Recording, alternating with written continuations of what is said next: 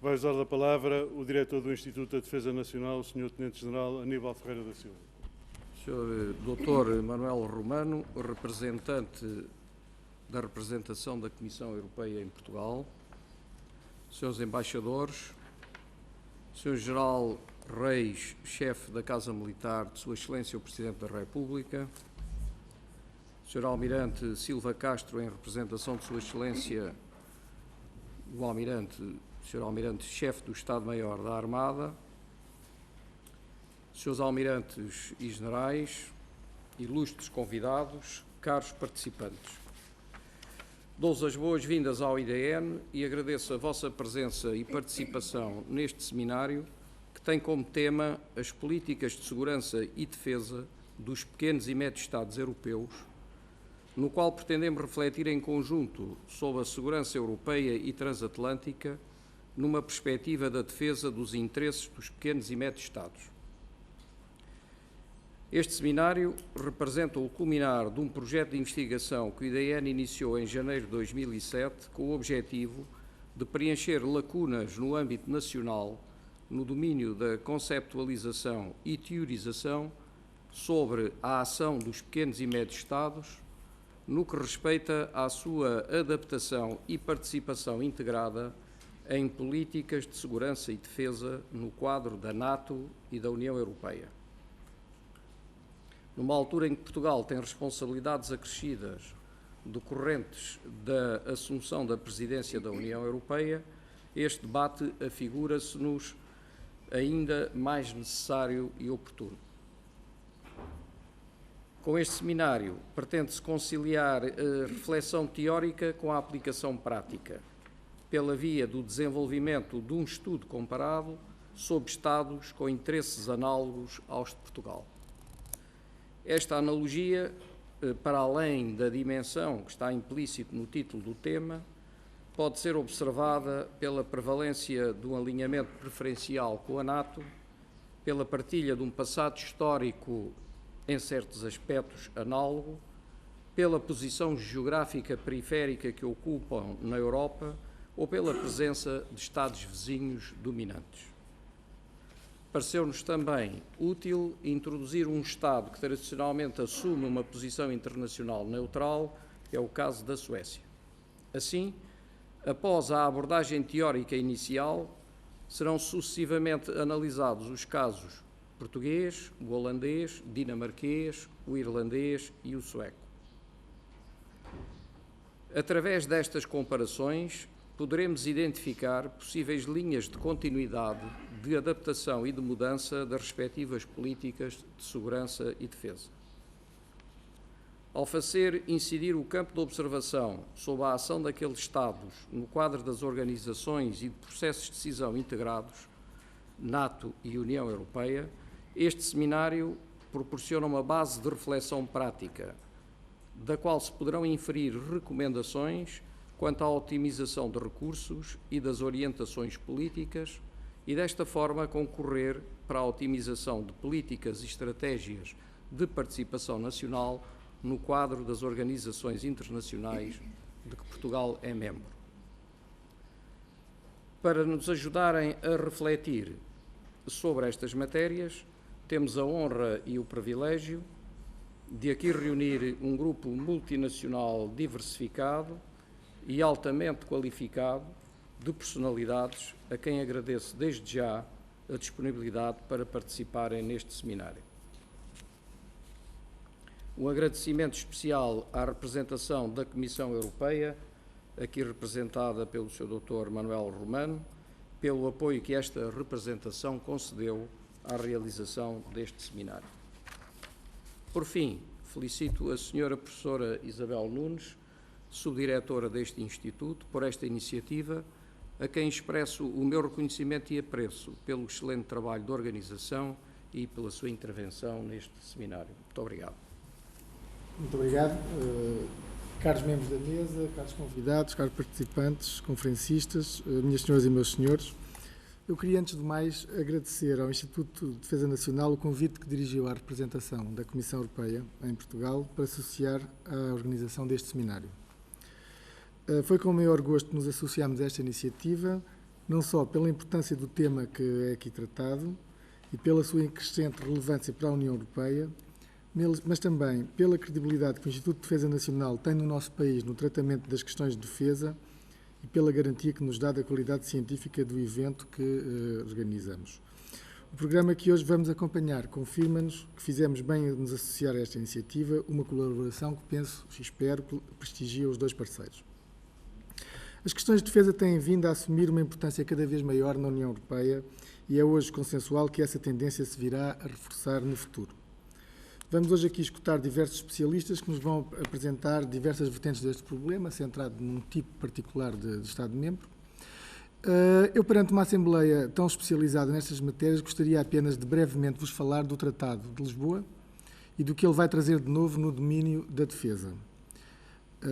Como sabem, a Conferência Intergovernamental, cuja convocação tinha sido decidida pelo Conselho Europeu de junho de 2007, sob presidência alemã, concluiu os seus trabalhos no dia 18 de outubro último, na sequência do acordo político que foi obtido no Conselho Informal de Lisboa.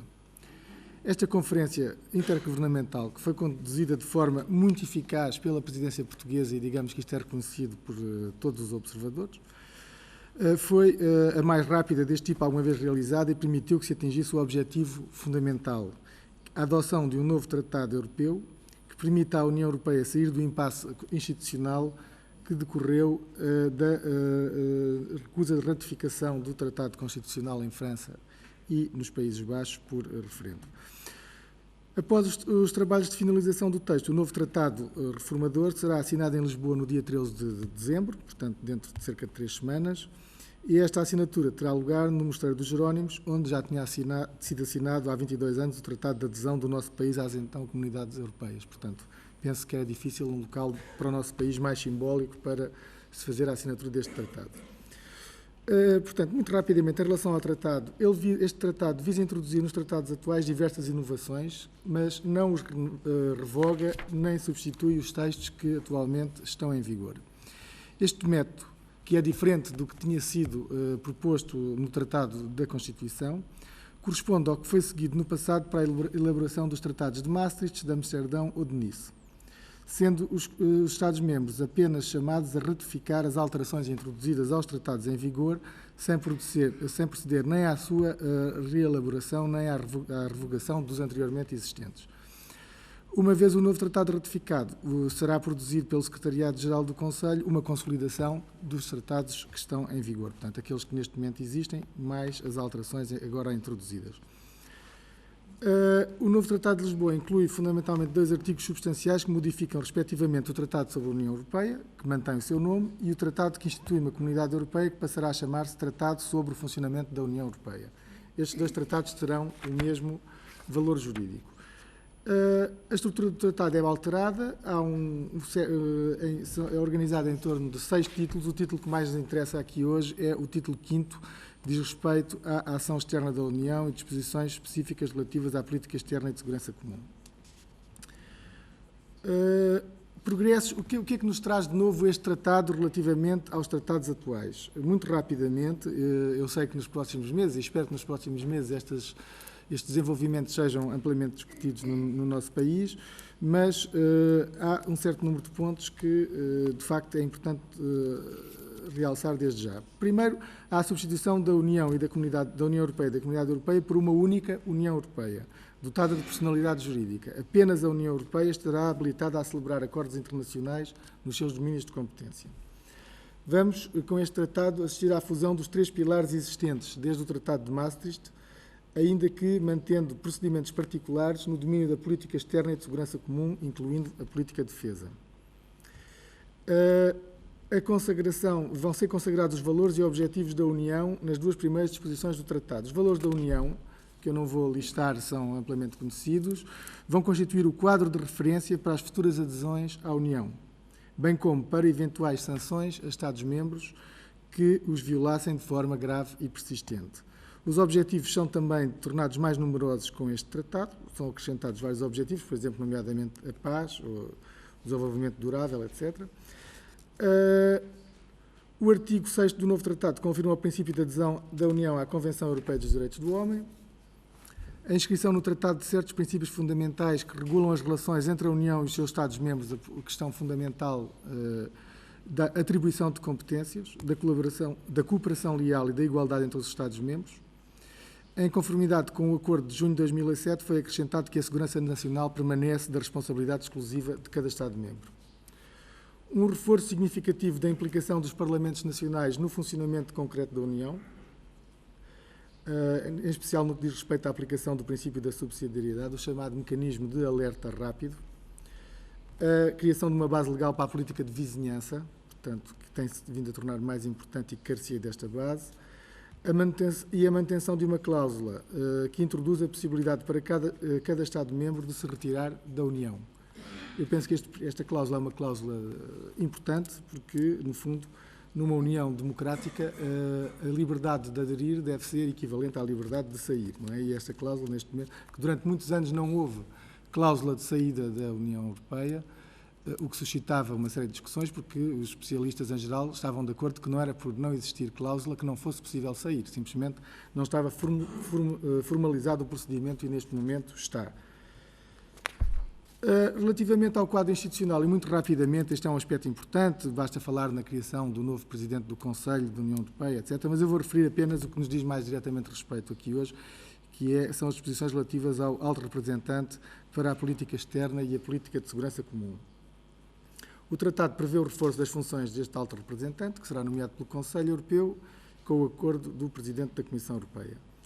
Este novo Alto Representante, novo no sentido em que terá novas competências para os assuntos externos e a política de segurança, terá como missão conduzir a política externa e de segurança comum, presidirá o Conselho dos Ministros dos Negócios Estrangeiros e apresentará as propostas necessárias à prossecução desta política.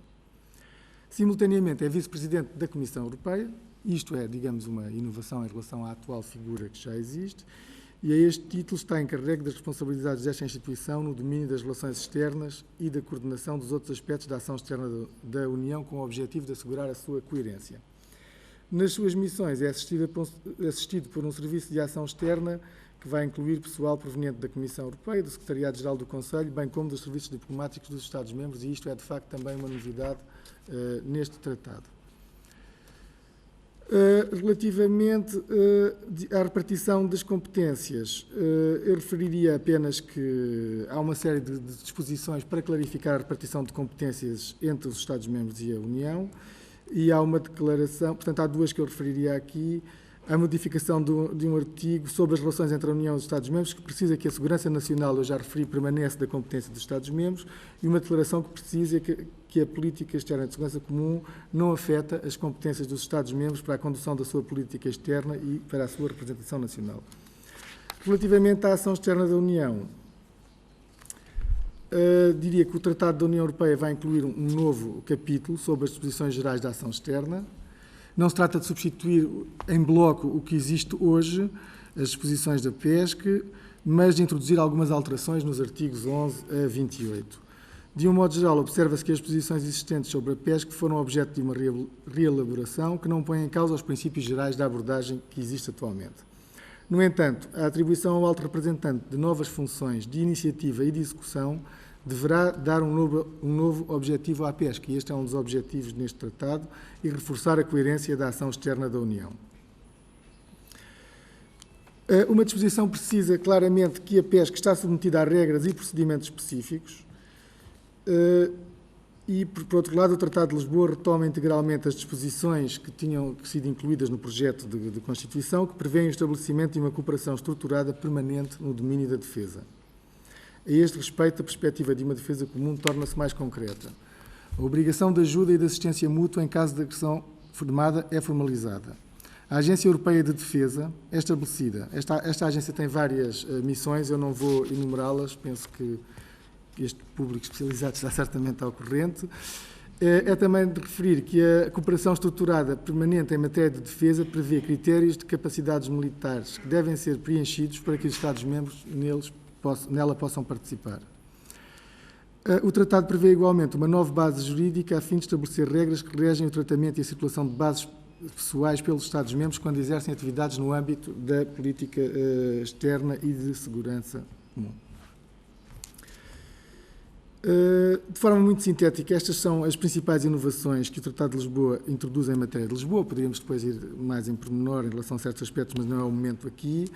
Para concluir, gostaria apenas de referir que a entrada em vigor destes tratados está subordinada à ratificação por cada um dos Estados-membros, segundo as respectivas regras constitucionais. Eu diria que nós estamos, no fundo, na mesma situação em que estivemos quando a SIG, que acabou de elaborar o projeto de Constituição Europeia, adotou um documento. Não é? Portanto, neste momento, entramos numa fase que é da ratificação nacional destes tratados, segundo os procedimentos que cada Estado considerar mais adequados, aprovação parlamentar ou referendária. Finalmente, diria apenas que o tratado entrará em vigor em 1 de janeiro de 2009, se todas as ratificações tiverem sido concluídas nessa data. Caso contrário, entrará em vigor no primeiro dia do mês que se siga à última ratificação. Muito obrigado pela vossa atenção.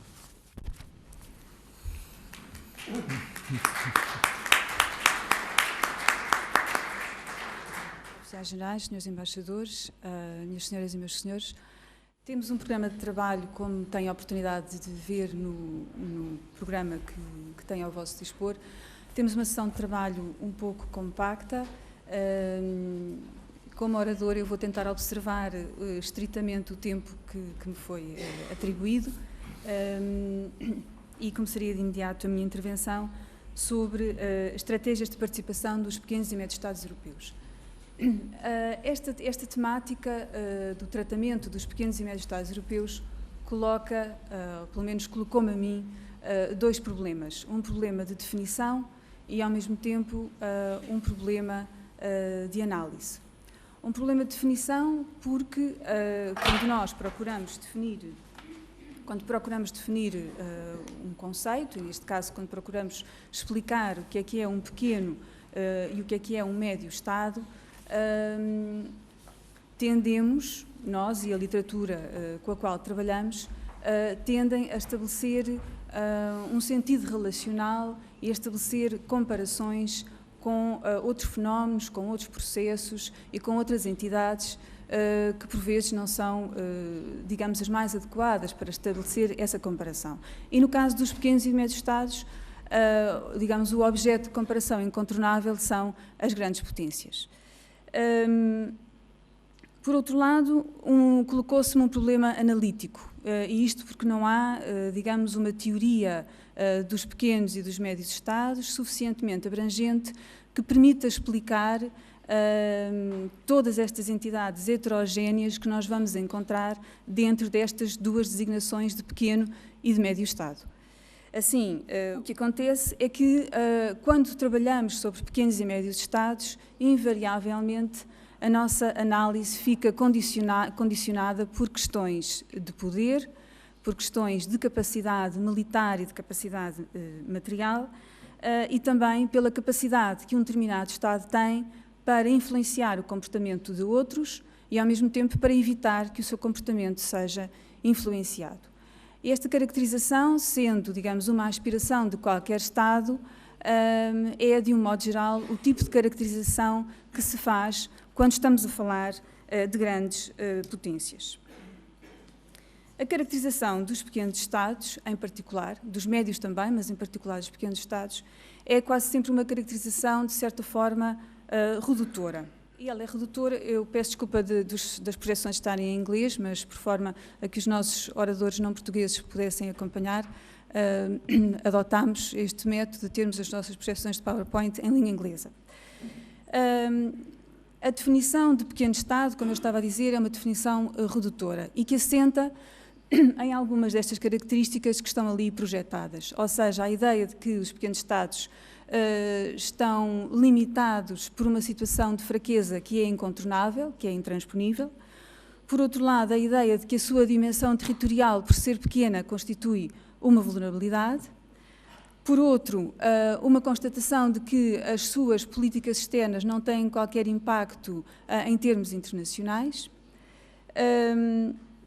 É recorrente encontrar na literatura a afirmação de que os pequenos Estados não conseguem garantir autonomamente a sua segurança e a sua defesa e, por isso, têm que recorrer a instituições e organizações internacionais e também a aliados privilegiados e tradicionais para o efeito. As questões da neutralidade, de uma posição neutral e de uma posição de não alinhamento por parte dos pequenos Estados são também consideradas como condições de vulnerabilidade dos pequenos Estados no sistema internacional, e a sua situação periférica, quer do ponto de vista geográfico, quer do ponto de vista político, afastados dos grandes centros de decisão do poder, constitui também um elemento que os vulnerabiliza, ou pelo menos que é entendido como tal. É óbvio que, se pensarmos nos Estados que vamos estudar no decurso deste seminário, esta caracterização assenta-lhes muito mal, ou eu diria que não lhes assenta de todo. E vamos, como terão a oportunidade de ver ao longo deste seminário, que os pequenos Estados têm uma caracterização completamente diferente, têm estratégias de participação e estratégias de adaptação completamente distintas desta caracterização que acabei de elencar. Os Estados médios, que são também designados na literatura como potências médias, têm o benefício de um outro tipo de caracterização, ou seja, é-lhes reconhecido uma capacidade de intervenção externa distinta da dos pequenos Estados, ou seja, é-lhes reconhecido um comportamento internacional mais ativo, por um lado, e por outro, uma maior credibilidade em termos políticos. Contribuem para manter a ordem internacional por via de uma participação ativa em organizações internacionais, em coligações e em alianças. São considerados mediadores ativos no âmbito da gestão de crises e da gestão de conflitos. É-lhes reconhecido, de um modo geral, moralidade para atuar nestes contextos e têm capacidade e, ao mesmo tempo, vontade política para preservar uma determinada ordem internacional de acordo com o sistema da Organização das Nações Unidas. Neste seminário, os pequenos Estados e médios Estados de que iremos falar são aqueles cujas características em termos de comportamento e em termos de posição no sistema internacional vão ao encontro de algumas das características que estão aqui projetadas. São Estados soberanos consolidados, portanto, têm uma soberania consolidada, reivindicam uma ação externa que se fundamenta muito em aspectos de natureza valorativa e em princípios universais, têm uma tendência para valorizar as virtudes qualitativas da sua política externa, valorizam a cooperação com aliados tradicionais e com organizações internacionais, pertencem a regimes e a organizações nacionais e regionais, às quais reconhecem que lhes oferecem uma oportunidade de participação no domínio internacional e, ao mesmo tempo, que lhe dão voz que, a título individual, estes Estados, por vezes, não podem e não conseguem reivindicar.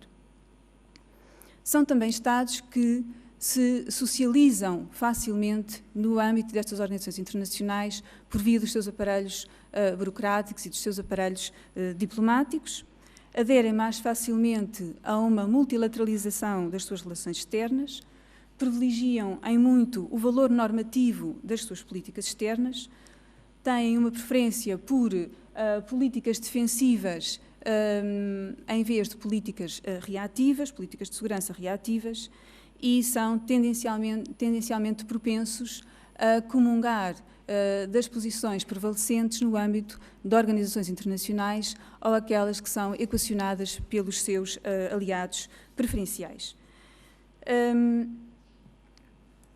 Por uma questão de conveniência analítica e porque, em teoria, de facto, como disse no início desta minha intervenção, não é fácil fazer uma arrumação dos pequenos e dos médios Estados e talvez ainda mais difícil encontrar um corpo teórico ou analítico que seja suficientemente explicativo, eu escolhi duas leituras possíveis.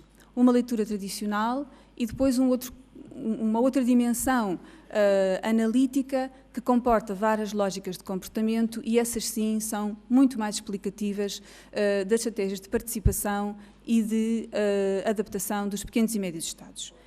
Assim, eu escolhi, por um lado, a teoria da estabilidade hegemónica, e a teoria da estabilidade hegemónica, embora não tenha uma preocupação específica com os pequenos e médios Estados, tem, por via da sua teorização, uma ação absolutamente redutora sobre a análise destas duas entidades. Ou seja, estas teorias dizem-nos que os pequenos e médios Estados têm políticas contingentes, que eles desenvolvem políticas de oportunidade, que eles estão sempre numa posição de dependência estratégica, logo ocupam uma posição subordinada no sistema internacional. Ao contrário, a literatura mais recente vai justamente chamar a atenção para características, essas sim, explicativas do comportamento desses Estados. Ou seja, que eles têm uma elevada capacidade para se adaptar, por outro lado, que eles têm uma predisposição para cooperar, que afirmam identidades internacionais baseadas em aspectos valorativos e que tendem a sobrevalorizar no sistema internacional aquele tipo de papéis internacionais que eles melhor podem desempenhar, nomeadamente o papel de negociadores ou o papel de parceiros preferenciais ou de aliados tradicionais. Portanto, estes são os três tipos de papéis internacionais que os pequenos e médios Estados mais frequentemente invocam. No que respeita à perspectiva da estabilidade hegemónica, como é que ela explica pela negativa o comportamento dos pequenos e médios Estados no sistema internacional? É uma teoria que se move por uma lógica consequencial, ou seja, os pequenos Estados aderem a determinadas políticas ou a determinadas decisões ou práticas ou ações no sistema internacional por via da coerção e por via da sua situação de dependência estratégica. As perspectivas mais recentes falam-nos de três lógicas que são bastante ilustrativas destas estratégias de participação e de adaptação dos pequenos e médios Estados. A primeira é uma lógica de cooperação.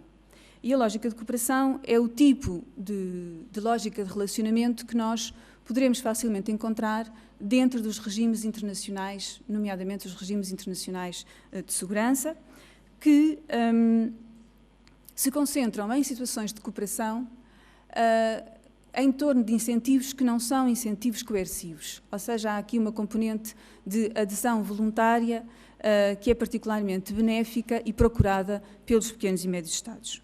A segunda lógica é uma lógica de coordenação e é o tipo de lógica que nós podemos encontrar, lógica comportamental que nós podemos encontrar no domínio da União Europeia e é uma lógica que nos fala de harmonização de políticas, logo da tendência que os Estados-membros, não apenas os pequenos e os médios, mas os Estados-membros em geral, terão para se aproximarem das regras e dos procedimentos que sejam conducentes a essa harmonização de políticas, por um lado, e por outro, que sejam explicativas de alterações no seu comportamento externo.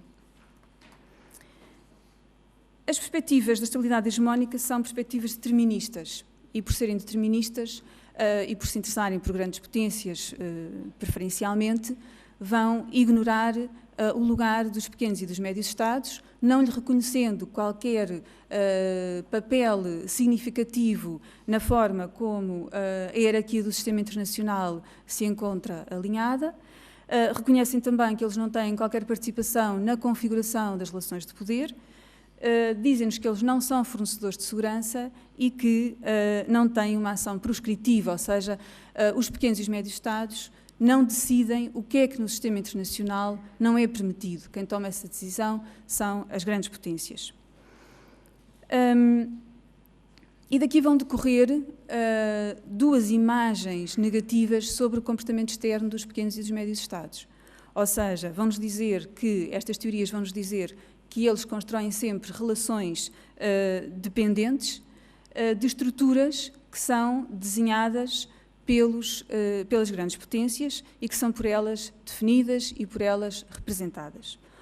Uma outra imagem distorcida é a de que os pequenos e médios Estados não são capazes de produzir independentemente quadros de referência normativa e quadros de referência valorativos. Dizem-nos também que o comportamento dos pequenos Estados é sempre reativo, ou seja, é um comportamento que responde a uma ordem previamente estabelecida pelas grandes potências e a sua posição no sistema internacional é tanto mais benéfica quanto mais próxima se encontrar do comportamento dos Estados que se encontram, digamos que no topo desta hierarquia. As perspectivas clássicas insistem também num outro aspecto, que não permite sempre explicar o comportamento externo dos pequenos Estados, ou seja, vão-nos dizer que o interesse nacional prevalece sempre sobre o interesse comum e que a motivação instrumental precede sempre a motivação valorativa. E apenas para ilustrar com um pequeno exemplo, que julgo que o meu colega Miguel Freire irá desenvolver substantivamente, a questão da intervenção de Portugal em Timor ou no Kosovo, ou seja, não houve uma motivação instrumental clara, mas estiveram presentes motivações de natureza valorativa muito evidentes. No domínio específico da segurança e da defesa, o sistema internacional que se nos apresenta é um sistema internacional extremamente heterogéneo. Heterogéneo, onde há uma multiplicidade de desafios, de riscos e de ameaças. Ameaças essas que se configuram quer transsectorialmente, ou seja, ao longo de vários setores, a vários níveis, a vários setores de segurança, mas também em termos transnacionais. E isto é consequencial também para os pequenos e médios Estados.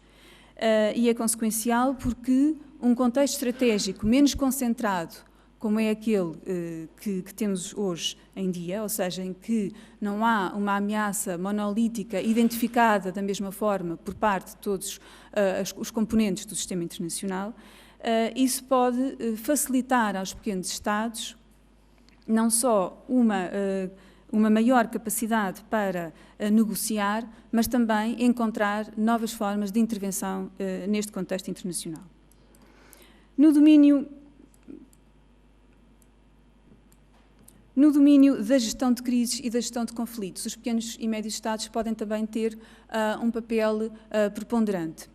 Ou seja, se em determinadas situações de gestão de crise e de conflitualidade é necessário o recurso ao poder militar para conter uma ameaça ou mesmo para a destruir, em situações de reconstrução do Estado, em situações pós-conflito, os pequenos Estados podem encontrar uma vocação particular por via de capacidades específicas que têm no que respeita a questões, a situações de estabilização pós-conflito, nomeadamente a reconstrução de estruturas do Estado, a reconstrução das suas estruturas legais, de infraestruturas básicas, e digamos que as capacidades que são necessárias a estas ações não são, com certeza, apanágio das grandes potências e podem ser, ou por outro lado, podem oferecer oportunidades de participação e de colaboração a qualquer Estado, do momento que ele tenha capacidade para ir ao encontro das necessidades que se configuram numa situação pós-conflito.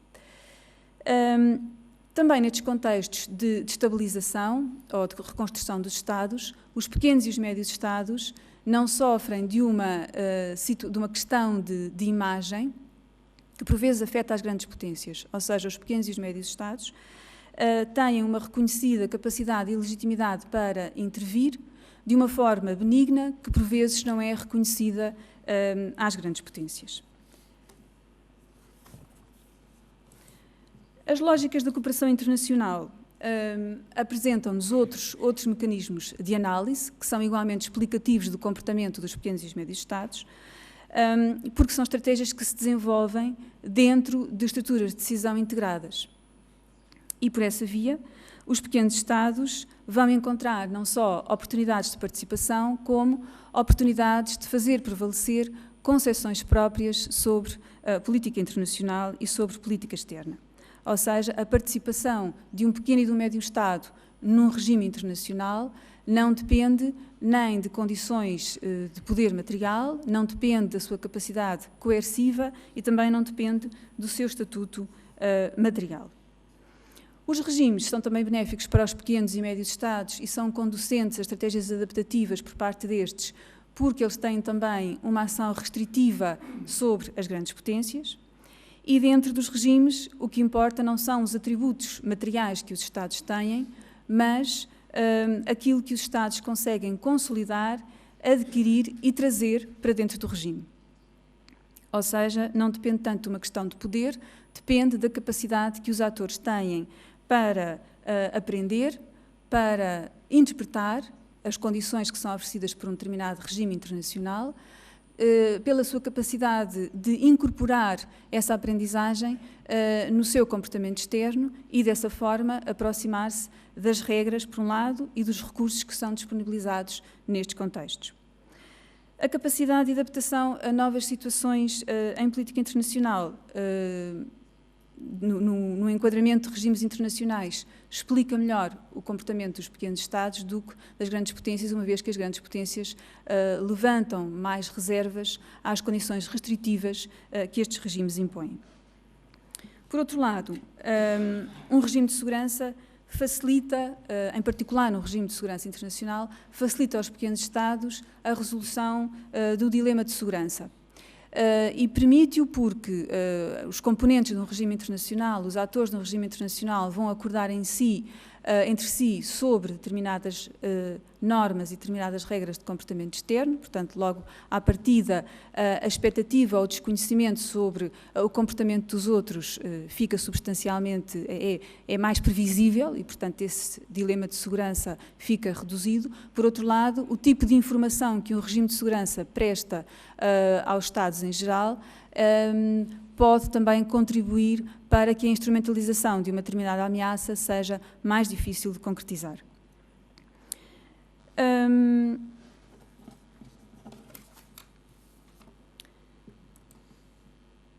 O discurso e a ação externa dos pequenos e médios Estados apresentam também questões importantes no que respeita... Peço desculpa. No que respeita à condicionalidade ética que parece caracterizar a ação externa dos pequenos e médios Estados. É uma condicionalidade ética que contém subjacente princípios de responsabilidade universal, daí a preferência que estes Estados manifestam por questões de direito internacional, direitos humanos e um interesse particular sobre tribunais internacionais e sobre a promoção de instituições e organizações que sejam promotoras de mudança pacífica em termos internacionais.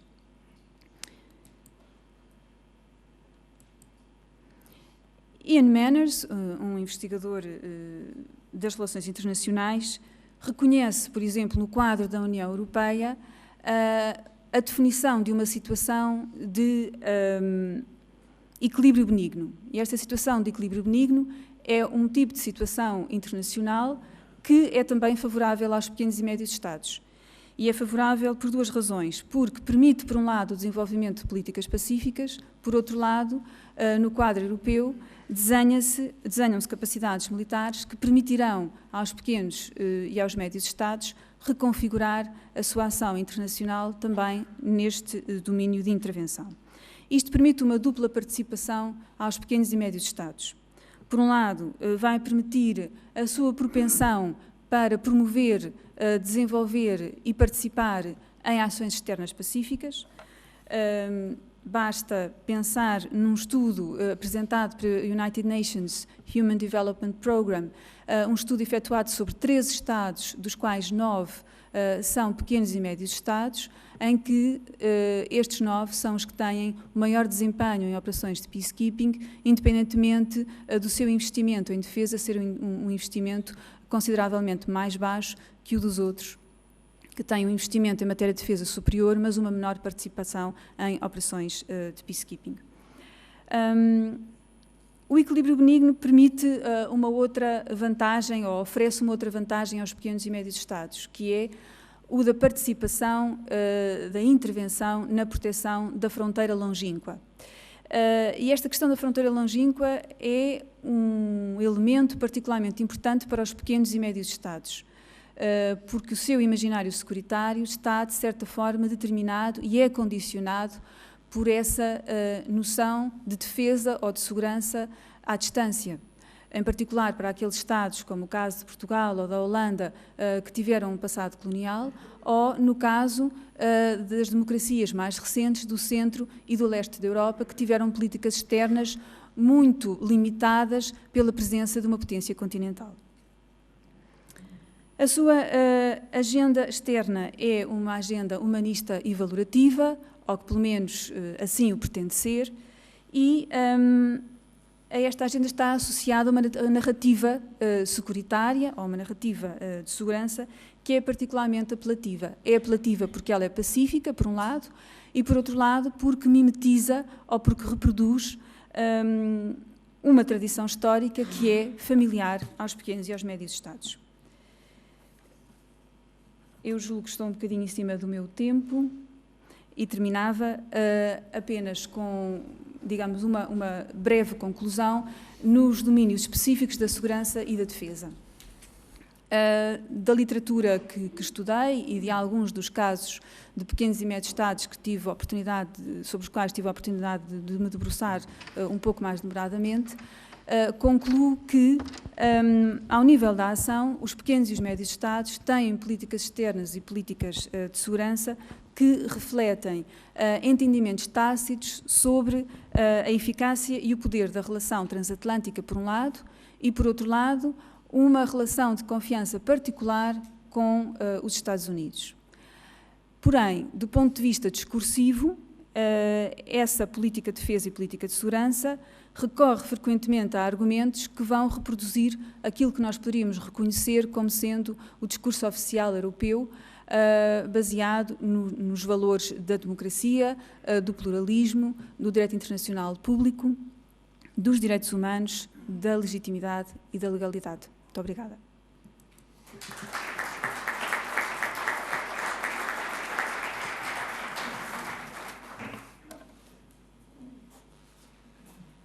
Agradeço muito à professora Isabel Nunes a sua sugestiva apresentação e também o esforço realizado para se manter dentro do período de tempo estabelecido e não atrasar mais os trabalhos deste painel. Portanto, passaremos agora à apresentação do Tenente-Coronel Miguel Freire, que versará o tema do modus operandi de segurança e defesa de um pequeno Estado euroatlântico. O Tenente-Coronel Miguel Freire tem no seu currículo académico um mestrado em Relações Internacionais pela Universidade de Lusíada. Ele é também investigador associado deste instituto. Esteve até há muito pouco tempo colocado como ajudante de campo da Casa Militar do Presidente da República e está presentemente a prestar serviço no Estado-Maior do Exército como chefe de repartição da ligação da Divisão de Informações. E, portanto, passo-lhe já a palavra. Ora, muito bom dia. Eu, antes de iniciar, gostaria de agradecer o convite feito pela direção do Instituto a estar presente neste seminário internacional, o que me honrou muito e constituiu uma forte motivação para desenvolver esta investigação que estava num estado morno. Depois gostaria de cumprimentar o professor Pedro Aires de Oliveira, o moderador desta mesa, e a minha colega de mesa, a professora Isabel Nunes, com quem tenho tido o privilégio de ter algumas conversas e algumas reflexões não só sobre o assunto dos pequenos Estados, mas também outros, e que têm constituído para mim um forte contributo ao meu desenvolvimento pessoal e académico. O título da minha comunicação é o modus operandi de segurança e defesa de um pequeno Estado euroatlântico. O pequeno Estado euroatlântico a que me refiro é, naturalmente, Portugal. A postura e a ação de Portugal no âmbito da segurança e defesa tem sido uma constante e tem merecido um consenso alargado dos principais partidos políticos que têm constituído os governos desde 1986, a altura em que Portugal aderiu à Comunidade Europeia.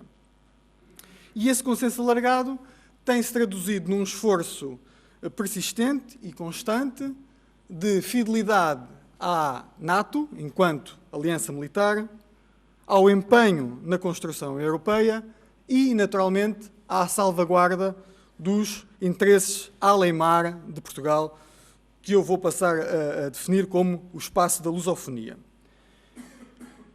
Num passado recente, entendemos que existiram dois momentos de ruptura deste consenso que privilegiou estas três vertentes. Um primeiro momento, em 2000, 2001, quando Portugal estava empenhado em Timor, na Bósnia e no Kosovo, e por limitações decorrentes da sua condição de pequeno Estado, teve que fazer opções. E um segundo momento, após a invasão anglo-americana no Iraque, quando Portugal equacionou se apoiava essa invasão e que tipo de apoio seria dado. É sobre o primeiro momento, a questão de 2000-2001, entre o Kosovo e Timor, que constitui o objeto da minha investigação. E a questão central que eu pretendo responder é como é que Portugal, enquanto pequeno Estado e limitado pela sua pequenez física e de recursos, se adaptou e que opções é que fez no seu triângulo de interesses, no seu triângulo de postura que eu há pouco referi, NATO, Europa e interesses nacionais. Qual destes é que foram privilegiados? E para fugir um bocadinho à crítica que se faz sobre trabalhos académicos, sobre pequenos Estados, conduzidos, esses trabalhos, por cidadãos desses pequenos Estados, e que a crítica diz que tendem a ser demasiado descritivos e etnocêntricos, eu procurarei, no fim, com as lições deste estudo de caso, tentar identificar tendências dos pequenos Estados no sentido de conciliar os seus compromissos internacionais, decorrentes dos espaços geopolíticos a que pertencem, e os seus interesses próprios enquanto Estado individualizado. A agenda que proponho é, seguida esta introdução, fazer algumas pequenas considerações analíticas, no fundo, falar de 2 ou 3 conceitos que foram chave à construção de um modelo de análise que nos permitisse fazer o estudo de caso proposto. Este modus operandi é, como se depreende, um modus operandi de exceção, é um período limitado, é num período de ruptura de uma continuidade. Depois, então, segundo este modelo de análise construído, fazer uma caracterização da postura securitária de Portugal enquanto pequeno Estado euroatlântico e, então, debruçarmos um bocadinho sobre o estudo de caso, este momento de ruptura que foi a opção de Kosovo versus Timor. Neste estudo de caso, as principais fontes usadas foram, portanto, fontes primárias, o discurso político da altura, nomeadamente em sede da Assembleia da República. Fez também recurso a opiniões e artigos publicados nos principais órgãos de comunicação social. No fim, nas conclusões, poderemos então tentar identificar, numa perspectiva mais abrangente, quais poderão ser as tendências dos pequenos Estados para conciliar compromissos internacionais e os seus interesses individuais. E, no fundo, seguindo um bocadinho a linha que foi apresentada pela professora Isabel Nunes, eu partilho da dificuldade de construir um modelo para a análise dos pequenos Estados. Não há uma teoria dos pequenos Estados, a própria definição de pequeno Estado não é consensual, e aquilo que nós usamos para iniciar a investigação foi compreender que, quando um Estado se aplica para conservar a sua sociedade política e o seu bem-estar social, portanto, com estas duas preocupações, o Estado relaciona-se com outros Estados e com outras entidades. E esse relacionamento é feito com base naquilo que o Estado é e a natureza do sistema onde ele está inserido. E aquilo que ele é leva-nos para conceitos de poder, aquilo que é a natureza do sistema onde ele está incluído leva-nos para conceitos de interdependência. No conceito de poder, o poder é, para o pequeno Estado, a sua capacidade de influenciar as entidades e os outros Estados com quem se relaciona, mas também a capacidade de se preservar e de se defender da influência desses terceiros. Portanto, falamos de uma capacidade de influência, mas também de uma certa autonomia. Ambos condicionados, naturalmente, por aquilo que é a identidade de segurança do pequeno Estado, a identidade securitária e a identidade cultural do pequeno Estado, no qual as condições geográficas, o legado histórico e as condições de poder clássico são, efetivamente, importantes. Mas o que importa aqui reiterar na ideia de poder para o pequeno Estado é que o pequeno Estado é deficitário em poder. O pequeno Estado, entendemos nós, assumimos a ideia de que o pequeno Estado é um importador líquido de segurança. Ou seja, que se trata de uma unidade que, no contexto internacional, precisa mais de ajuda do que aquela que pode oferecer. No que diz respeito à natureza do sistema e às relações de interdependência que o pequeno Estado tem, nós sistematizamos 3 formas genéricas de relacionamento do pequeno Estado. Ou ele assume uma atitude de não alinhamento, ou então participa em alianças ou em processos de integração. Se quiséssemos dar uma outra panorâmica deste modelo, compreendíamos então que, associada à ideia de pequeno Estado, temos um conceito de poder, no qual o pequeno Estado é deficitário, e para que esse conceito identificamos, no fundo, 3 dimensões. Aquilo que falámos há pouco de capacidade de influência, de autonomia, que no fundo é a sensibilidade à atenção, e a identidade securitária. Depois, para cada uma das dimensões, identificamos indicadores, no fundo, aspectos mais mensuráveis de cada uma das dimensões, que nos permitissem, então, compreender o poder do pequeno Estado.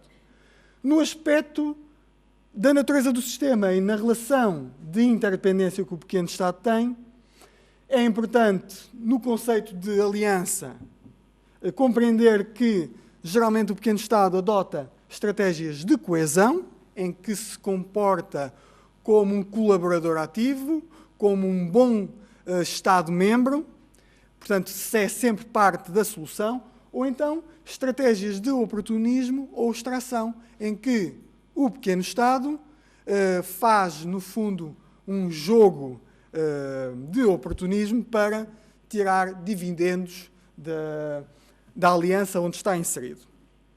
E depois, no que diz respeito à integração, estratégias de integração, que é aquilo que diz respeito ao pequeno Estado, na sua procura de facilitar a integração, de absorver os conceitos e as políticas adotadas nesse processo. Compreendido que está, digamos, estas considerações analíticas, vamos então caracterizar Portugal em termos destes 2 conceitos chaves.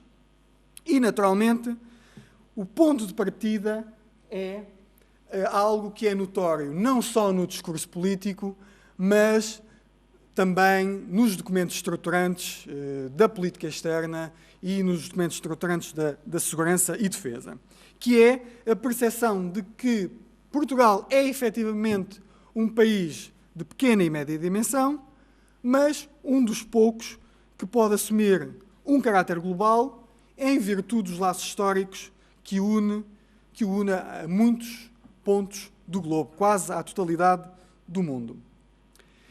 E isto é importante para compreender o facto de que a forma como Portugal gera o dilema tradicional do pequeno Estado de tentar aumentar a sua capacidade de influência, ao mesmo tempo que preserva a sua autonomia. No caso de Portugal, a gestão deste dilema faz naturalmente por recurso às 2 organizações internacionais de que faz parte e que são estruturantes até hoje da sua identidade e da sua postura, que é a NATO e a União Europeia. Em relação à NATO, e durante a Guerra Fria, Portugal não conseguiu fugir à crítica que se fazia dos pequenos Estados do free ride, ou seja, o pequeno Estado contribuía muito menos ou contribuía muito pouco para aquilo que obtinha da aliança. Isto inverteu-se um bocadinho em 1996, após a participação de Portugal na Bósnia. Portugal participa em 96 na Bósnia com um contingente generoso, com unidades de combate, e isso foi assumido deliberadamente pelo poder político na altura como uma inversão, ou seja, Portugal queria ser, a partir dessa altura, um fornecedor líquido de segurança. Portanto, ou seja, a partir de 96, há assumidamente uma aplicação de estratégias de coesão no âmbito da Aliança Atlântica. E isso, naturalmente, aumenta a sua capacidade de influência, aumentou a capacidade de influência de Portugal no seio da Aliança Atlântica. Naturalmente, o reverso da medalha é que espaços geográficos aos quais nós éramos estranhos passaram a estar e passaram a fazer parte das nossas preocupações. Quer isto dizer que a sensibilidade da atenção à nossa autonomia, à autonomia de Portugal, foi também afetada. Ou seja, Portugal aumenta a sua capacidade de influência, mas sofre também alguma perda de autonomia. E o mesmo se passa com a questão da União Europeia. Portugal, ao assumir a sua participação nas principais políticas de integração, ao participar nos principais projetos de aprofundamento político, Portugal aumenta, naturalmente, a sua capacidade de influência, mas restringe também um bocadinho a sua autonomia, também por consequência do seu empenho na União Europeia. Isto porque, em termos de relação com a União Europeia, adotou estratégias de integração. No fundo, se quiséssemos então caracterizar a identidade securitária de Portugal, ela no fundo está traduzida neste triângulo, nestas três vertentes que constituem no fundo as linhas mestras da política externa, que é uma participação completa na integração da União Europeia, um papel ativo na NATO, mas também a salvaguarda dos seus interesses próprios, decorrentes do seu legado histórico e que se traduzem num conjunto de outros passos. Se quiséssemos então caracterizar Portugal, talvez a forma mais feliz que encontramos foi a de Robert Keohane, em 1969, num artigo em que faz a recenção de 4 obras sobre o estudo de pequenos Estados, em que define os Estados não tanto pelo poder que detêm, mas na sua capacidade de estar no sistema.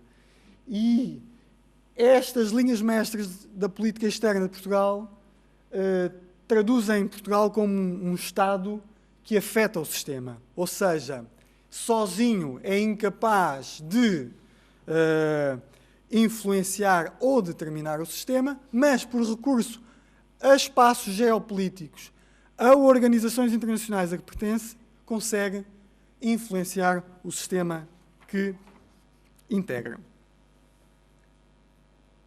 Compreendida que está a identidade securitária de Portugal segundo o modelo de análise que construímos, vamos então debruçar-nos um pouco sobre o estudo de caso que constitui a preocupação na investigação. E começamos por compreender que, quando Portugal inicia a participação militar na Bósnia, em 1996, o poder político fez questão de frisar que não se tratava de uma opção alternativa, muito menos mutuamente exclusiva com a África. A África, aqui, na ideia da sua ligação e da sua identidade ao legado histórico. Em 96 falava-se da África, mas a ideia da África aqui inclui naturalmente as possessões ultramarinas, da qual, naturalmente, Timor faria parte. Isto em 96. 4 anos depois, o envolvimento militar de Portugal nos Balcãs, sob liderança da NATO, no Kosovo e na Bósnia.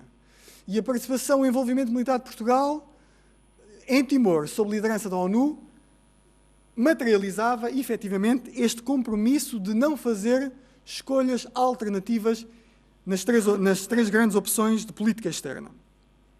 Mas a verdade é que, Em setembro de 2000, é levantado pelo então Ministro da Defesa Nacional a possibilidade de uma opção alternativa entre a participação no Kosovo e em Timor. E no dia seguinte é confirmada essa opção alternativa pelo então Primeiro-Ministro, socorrendo-se, justificando essa opção pelas limitações tradicionais dos pequenos Estados. Poucos recursos, portanto, incapacidade financeira e humana de sustentar o empenhamento nestes 3 teatros de operações. E, portanto, sem que houvesse uma razão política ou militar no Kosovo que conduzisse a uma retração do dispositivo, Portugal decidiu sair do Kosovo e fê-lo, aliás, em 2001. As reações a esta decisão, ao nível político, foi de compreensão. Portanto, os partidos políticos da oposição criticaram foi a falta de informação e a falta de debate, não a decisão em si. E é preciso compreender um bocadinho estes dois momentos, Kosovo e Timor, para chegarmos às conclusões que mais à frente avançarei. Relativamente à comunidade internacional, a crise de Timor e a crise de Kosovo são quase simultâneas em termos temporais. E isto, naturalmente, levou à comparação, nos 2 casos, do empenhamento do Conselho de Segurança das Nações Unidas, do empenhamento dos Estados Unidos e, inclusive, de outros países europeus. E Portugal, efetivamente, soube tirar partido dessa situação e usar da sua capacidade de influência, que, entretanto, foi aumentando. Portugal fez recurso disso e, inclusive, conseguiu uma resposta rápida do Conselho de Segurança das Nações Unidas. O que, aliás, até depois foi criticado, como o embaixador António Monteiro refere num artigo na revista Negócios Estrangeiros, que essa rapidez do Conselho de Segurança das Nações Unidas para uma intervenção militar após o referendo foi que, portanto, os partidos, alguns países africanos criticaram o facto de Timor ser, no fundo, um filho querido dos países ocidentais, dos países ricos, enquanto, e relembrando situações do Ruanda em 94 ou da própria Serra Leoa no ano de 2000, a situação para alguns países africanos continuava a ser de um enteado pobre dessa situação, desse país. Em relação a Portugal, as 2 situações são diametralmente opostas. Em relação ao Kosovo, nunca houve, digamos, a noção, a clareza da legitimidade da intervenção.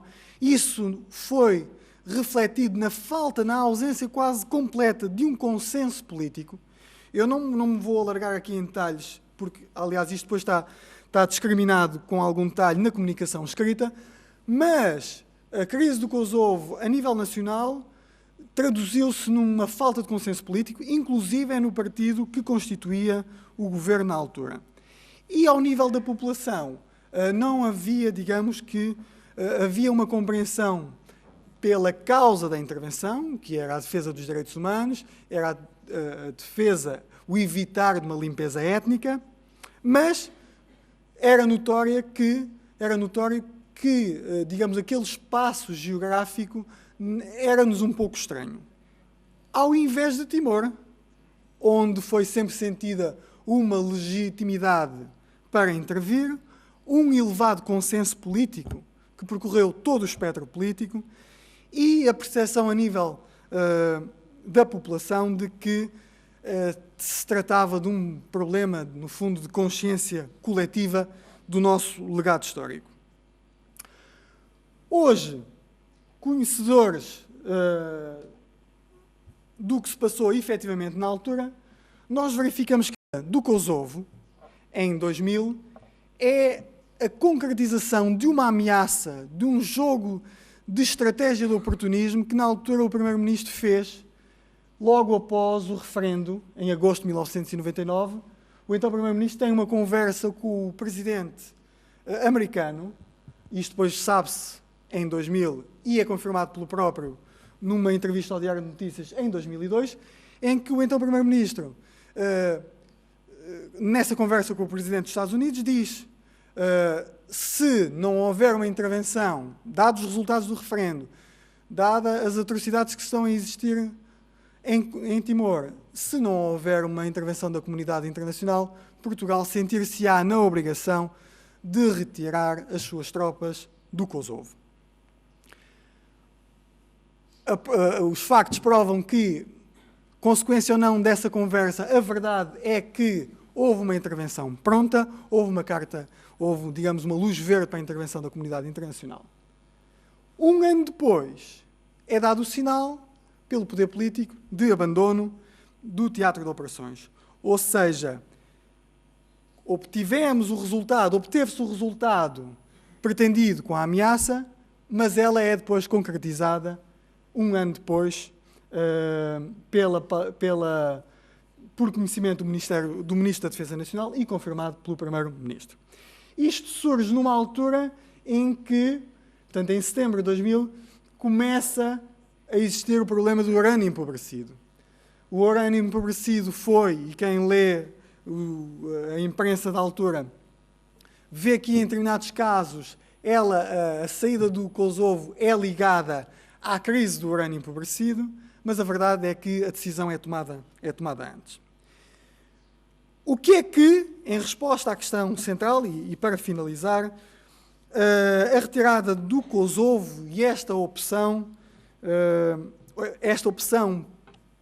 das três vertentes da política externa, a opção assumida pela salvaguarda dos interesses nacionais, no fundo na defesa do legado histórico, ao contrário de uma participação ativa na NATO, o que isto prova é que Portugal privilegiou esse seu legado histórico, quando por motivos de inviabilidade de recursos teve que fazer opções, Portugal privilegiou o seu legado histórico, em detrimento do seu eixo de participação ativa na Aliança Atlântica. Na altura, o poder político refutou esta argumentação, dizendo que o Kosovo era uma de duas partes de participação militar na Bósnia, mas a verdade é que foi retirado o efetivo do Kosovo. Numa altura em que o Kosovo estava com problemas decorrentes da crise do urânio empobrecido e em que a situação se agravava no Vale do Presevo, portanto, na fronteira com a Macedónia.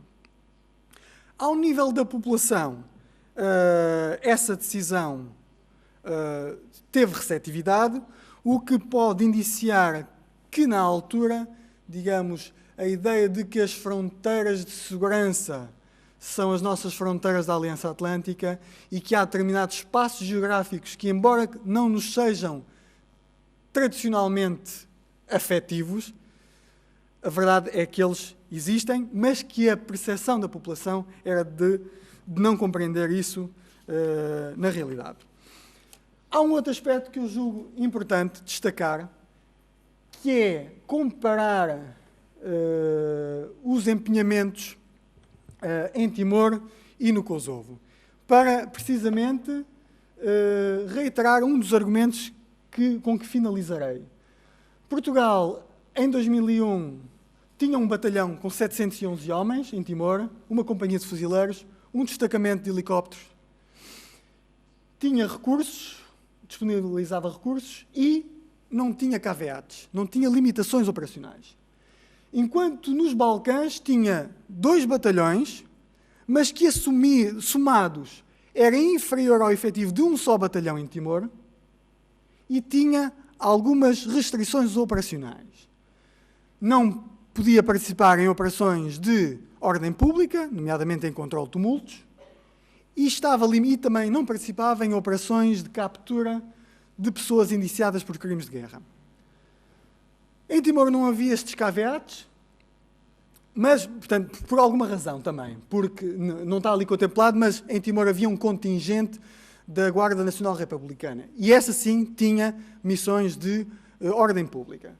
daí que a comparação do caveat de operações de ordem pública não é comparável, mas a verdade é que para operações de risco não havia caveats em Timor e havia nos Balcãs. Isto quer dizer o quê? E agora, para terminar, e na procura das tendências dos pequenos Estados, de tentarmos identificar as tendências dos pequenos Estados quando são confrontados com os seus compromissos internacionais e os seus interesses pessoais, verificamos que há o primado do interesse próprio. Ou seja, o pequeno Estado, na salvaguarda dos seus interesses, comporta-se como uma grande potência. Quer isto dizer que disponibiliza recursos humanos, financeiros, materiais, assume riscos quando estão em causa os seus interesses. E, no fundo, para essa atitude, os pequenos Estados, dentro das alianças, têm muitas vezes a alternância entre estratégias de coesão, em que se comportam como Estados-membros ativos, como elementos parte da solução, para, num momento depois, se necessário, adotarem estratégias de oportunismo e extração. Ou seja, jogam a credibilidade, jogam a sua capacidade de influência para influenciar a decisão do espaço a que pertencem. E depois um outro aspecto. Hoje é notório que aos pequenos Estados é possível contribuir qualitativamente. Não tanto na linha, não é que não concordo, porque concordo com a linha apresentada pela professora Isabel Nunes, no fundo da valorização do pequeno Estado em termos normativos dos valores, mas aqui mais numa situação mesmo de hard power. Isto quer dizer que um pequeno Estado pode hoje participar com uma força pequena, diminuta, mas capaz de fazer tudo o que o comandante operacional do teatro pede.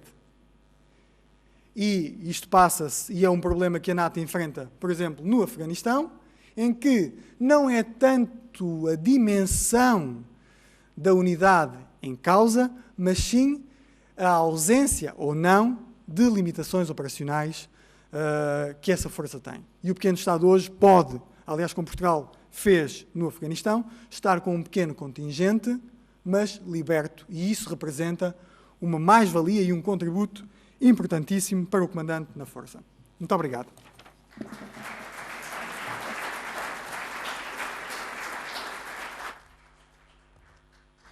Bem, queria também agradecer ao Tenente-Coronel Miguel Freire pela gestão impecável do tempo. Tivemos aqui estas duas apresentações, de certa maneira se complementam em vários aspectos, nos oferecem vários elementos de debate e reflexão e, portanto, agora dispomos ainda de um período de cerca de 15 minutos até ao intervalo para que a Assembleia se possa pronunciar, colocar questões, interpelar os conferencistas. Bom dia, o meu nome é Marco Rosa. Queria fazer uma pergunta à professora Isabel Nunes sobre a sua apresentação, que é a seguinte. A sua apresentação incide sobre a questão das estratégias dos pequenos e médios Estados. E no final conclui, mais ou menos com a seguinte frase, que apesar da aliança que havia entre os países europeus e os Estados Unidos, não é? Nomeadamente as boas relações que havia no plano da segurança e defesa, apesar disso não querer dizer que adotem sempre as mesmas posições, havia a tendência para adotar um discurso essencialmente valorativo e um discurso essencialmente europeísta. A minha questão é a seguinte: essa adoção do discurso é apenas uma adoção de discurso ou tem havido uma alteração das culturas nacionais de segurança e defesa pela participação nos mecanismos e nas iniciativas de segurança e defesa da União Europeia? Obrigado. João Lemos Pires. A minha pergunta vinha numa dúvida que se me levantou quando, junto cá há pouco, na exposição principalmente do Tenente-Coronel Miguel Freire, quando falava do comportamento do pequeno Estado, em termos de ter capacidade de influência que lhe, normalmente, numa situação desse tipo, quando ele exercia essa capacidade de influência, perdia em autonomia. Depois apresento o caso concreto da alternativa que se põe perante o Estado português de um Kosovo, portanto, uma ligação, uma afinidade em relação a uma das alianças, ou uma ação no âmbito do interesse nacional. E que, na minha leitura, permitiu, no fundo, a ter mais autonomia. Não é? Portugal, ao fazer uma escolha alternativa, deu vigor à sua autonomia, portanto, expressou a sua autonomia em termos concretos, porque tinha capacidade de influência. Muito obrigado. Obrigado. Mário Nogueira. A minha questão tanto serve para a professora Isabel Nunes quanto para o Tenente-Coronel Freire. É porque eu estou preocupado mais com a questão da fronteira longínqua. Porque eu vejo Portugal a se preocupar em ir para o centro da Europa, em vez de se preocupar a vir para o Atlântico. E isso, portanto, prende-se com aquela questão de privilegiar o legado histórico. Porque a percepção da população, como disse o Tenente-Coronel Freire, é de que existem esses laços afetivos com a África, por exemplo, e com o Brasil.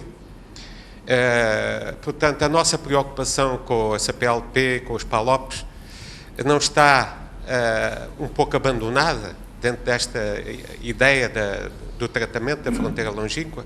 Bom dia. Eu gostaria de perguntar tanto ao Dr. Miguel Freire como à professora Isabel Nunes qual consideram ser a instituição mais vantajosa para Portugal, a NATO ou a União Europeia? Obrigada. Obrigada pelas questões. Em relação à primeira questão, se houve ou não alteração das culturas ou da cultura nacional em termos de segurança e defesa, eu responderia que sim. Quando eu terminei a minha intervenção dizendo que, do ponto de vista da prática, ou seja, do ponto de vista da ação, há uma tendência para publicamente fazer um voto de confiança em relação à relação transatlântica e um voto de confiança por via da relação privilegiada que Portugal tem com os Estados Unidos e que depois, do ponto de vista discursivo, há a tendência para justificar determinadas ações no quadro da política externa, da política de segurança e da política de defesa, fazendo uso de valores que relembram o discurso oficial europeu, não significa que esse discurso seja um discurso europeísta, no sentido que fazemos uma opção, verbalizamos num quadro e atuamos noutro. Não, é que os valores que se configuram no quadro europeu são valores que são próximos e familiares, não só à opinião pública portuguesa, neste caso, mas também às suas elites e às suas burocracias. E há evidência, e há uma evidência principal de que houve efetivamente uma alteração na cultura de segurança e defesa e que tem a ver com uma coisa que tanto eu como o Dr. Miguel Freire referimos, que é o da transição do papel de alguns pequenos Estados e médios Estados passarem de uma situação de facilitadores de segurança, que era isso que éramos durante o período da Guerra Fria, por via do posicionamento geoestratégico privilegiado que tínhamos num contexto estratégico onde de facto existia uma ameaça monolítica e perfeitamente identificada, quer do ponto de vista ideológico, quer do ponto de vista militar. Portanto, passamos de uma situação de facilitadores para uma posição de fornecedores de segurança por via da participação em situações de segurança coletiva, onde podemos e participamos de uma forma equitativa. Depois houve outros impactos que decorreram da integração e que, por exemplo, não podem ou não foram observáveis, não os podemos observar a quando da integração de Portugal na NATO. Quando Portugal integra a então Comunidade Europeia, há um impacto gradual sobre as administrações, sobre as burocracias, sobre os próprios ministérios, nomeadamente o Ministério da Defesa e o Ministério dos Negócios Estrangeiros. Houve também um impacto ao nível das elites e do discurso que as elites ao qual as elites dão voz. Quando Portugal integrou a NATO, houve uma adaptação material, mas essa adaptação não teve qualquer influência em termos de mudança de regime. Por exemplo, Portugal não se tornou um país democrático, porém, para passar a ser membro da então Comunidade Europeia, um dos requisitos era justamente o de ir ao encontro de um sistema político verdadeiramente democrático e pluralista, onde os direitos e as liberdades fundamentais dos cidadãos fossem observados. Agora, se calhar, passava ao Miguel. Eu, em resposta à pergunta do Sr. General Lemos Pires, sem dúvida que a opção pelo legado histórico traduzido no abandono do Kosovo e a manutenção dos efetivos em Timor traduz uma plena autonomia de Portugal. Mas essa autonomia e a capacidade para tomar essa decisão decorre de um esforço de construção de capacidade de influência. Neste caso concreto, Portugal manteve a autonomia para decidir. No entanto, quando eu refiro que o aumento da capacidade de influência é muitas vezes à custa de uma perda de autonomia, é porque, como passamos a estar integrados em espaços que transcendem as nossas fronteiras geográficas, passamos a serem nossos também os problemas dos espaços alargados onde estamos inseridos. No caso concreto de Timor, é sem dúvida um caso em que preservámos a nossa autonomia, ou pelo menos tivemos a autonomia para o fazer. Mas isso, como eu disse, decorre de um processo de construção de capacidade de influência que custou perda de autonomia noutras matérias. Eu, na altura, não disse, mas o próprio Primeiro-Ministro disse na Assembleia da República, assumiu que a participação portuguesa no Kosovo era para se ter uma autoridade moral acrescida para, em nome dos mesmos valores, exigir uma presença física permanente das Nações Unidas em Timor-Leste. A autonomia, digamos que, olhando friamente a todo este processo, podemos constatar que há um processo deliberado de construção de capacidade de influência para, no momento oportuno, poder ser julgado. Em relação à segunda questão, o facto de se privilegiar a fronteira longínqua em detrimento do nosso legado histórico, eu julgo que isso é um problema que nós iremos ter eternamente. Como temos 900 anos de história, mas como vivemos o presente, nós vamos ter sempre este dilema. O que eu tenho a dizer é que não há receitas de futuro, nem considero pessoalmente que neste momento, digamos, o legado histórico esteja a ser penalizado em relação, digamos, às fronteiras longínquas mais para o leste europeu. Contudo, a verdade é que, se calhar, essas fronteiras longínquas, até por pressão dos nossos aliados, tornam-se mais importantes. E aqui vemos um bocadinho o sinal da nossa perda de autonomia. Nós, ao estarmos integrados nesse espaço, temos que fazer nossa a fronteira longínqua e, se queremos continuar a estar atentos ao nosso legado histórico, e quando precisarmos de privilegiar esse legado histórico, o preço é perdermos a nossa autonomia e irmos a sítio onde, se calhar, ainda parte da população não considera importante para a nossa segurança. Depois a questão muito difícil, mas muito fácil ao mesmo tempo de responder, qual das duas instituições Portugal privilegiaria, são instituições diferentes, com objetivos complementares, mas com implementações diferentes. Uma é uma aliança militar, com objetivos políticos, uma outra é uma organização de integração política, inicialmente de integração económica, de aprofundamento político, que naturalmente tende para caminhos, para espaços de segurança e defesa. Não se põe, em termos, na minha opinião, de opção alternativa de uma ou outra. São as duas complementares e, tal como eu tentei demonstrar são estruturantes daquilo que Portugal é, enquanto Estado individual e enquanto pequeno Estado integrado num sistema internacional. Só muito brevemente, em relação à questão da fronteira longínqua, duas das características que também podem ser observadas relativamente às políticas externas dos pequenos e médios Estados é justamente a questão da diversidade e, por outro lado, da expressão pluricontinental dessa mesma política externa. Ou seja, quando eu digo que a fronteira longínqua reflete uma narrativa securitária que condiciona e determina a ação externa dos pequenos Estados, determina e condiciona porque responde justamente a estas duas necessidades de, por um lado, diversificar e diversificar na fronteira próxima e na fronteira longínqua, mas, ao mesmo tempo, salvaguardar as obrigações que decorrem das organizações e das alianças das quais somos membros. E, o corresponder ao desafio da fronteira longínqua é o corresponder ao desafio que é colocado no quadro dessas mesmas alianças e dessas mesmas organizações, e também porque a configuração da ameaça hoje, de facto, se configura de uma forma mais longínqua do que no passado recente.